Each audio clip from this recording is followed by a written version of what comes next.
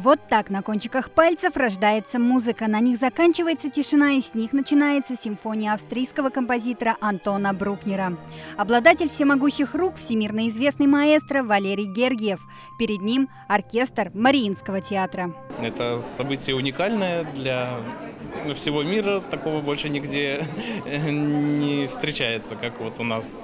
И это очень насыщенный график, 2 и даже 3 концерта в день. Пасхальный фестиваль – это музыкальный форум из 3 программ – симфонической, хоровой и звонильной. Ежегодно собирает более 450 тысяч слушателей. В 2020 сезоне 25 городов.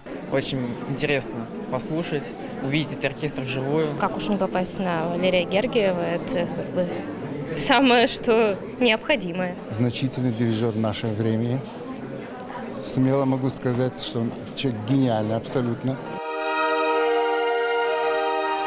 За 20 лет в копилке 145 городов России и 5 стран. Финал фестиваля «Московский концерт» в День Победы на 300 тысяч слушателей. Лилия Кашфарова, Игорь Романов, ТНВ, Казань. Закажи рекламу на ТНВ. Телефон в Казани 5 705 100.